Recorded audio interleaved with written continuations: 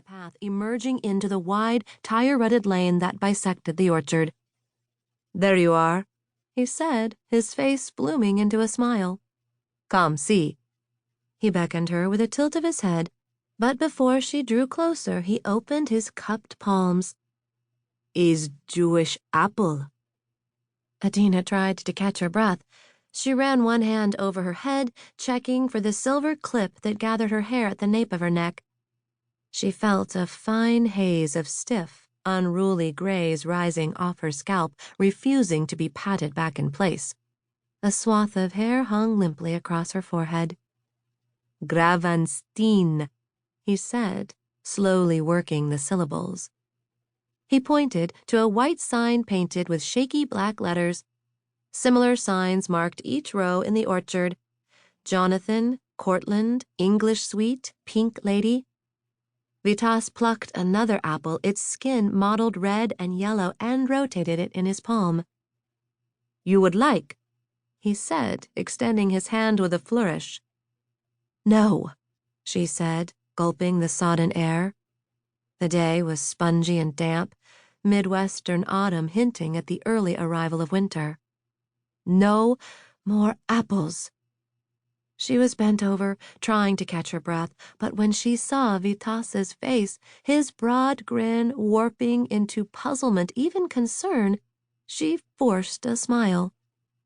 "Don't you know," she said, "it's bad luck to pick Jewish apples on the Sabbath."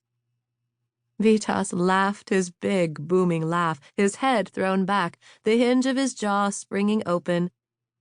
Adina needed to find a word for that kind of laughter in her dictionary. Chortle? Cackle? Guffaw? "Are afraid you will be striked with lightning bolt?" he said. "Or pillar of fires?" If God could start a nice, warm fire, I might start believing in him. She folded her arms across her chest, one hand clutching the lapels of her coat. "If God will not save you, then this will." Vitas drew a large flask from inside his coat. "If there's slivovitz in there, I'm going to kiss you on the mouth." "And where do you kiss me, if is vodka?" Vitas was much better at this delicate business of sparking interest and feeding it by breath and movement until it took on a blazing life of its own. She wanted to tell herself that she was simply out of practice, but she knew that even when she had been young and eager, the perfect thing to say didn't come to her until hours after it was needed, when she was alone in her apartment, scribbling overheated stanzas in her notebook. Vitas had caught her off guard.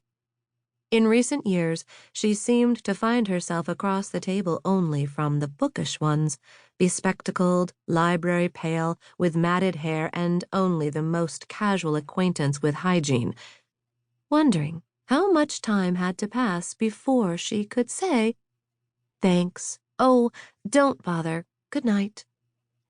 Vitas was a different type altogether. A big, bushy-headed blonde with eyes like frozen lakes and a nose like a hawk's beak, he looked more like a Viking prince than a Slavic monk. She didn't know if there were Vikings in Lithuania, but she was willing to believe that centuries ago a shaggy berserker with horns on his helmet and an absurd sense of humor had crossed the Baltic, retired from pillaging, and put down roots in Vilnius. The same fellowship that had brought Vitas from Lithuania to Chicago had brought Adina from Bosnia and half a dozen other journalists from India, Brazil, Mexico, and South Africa.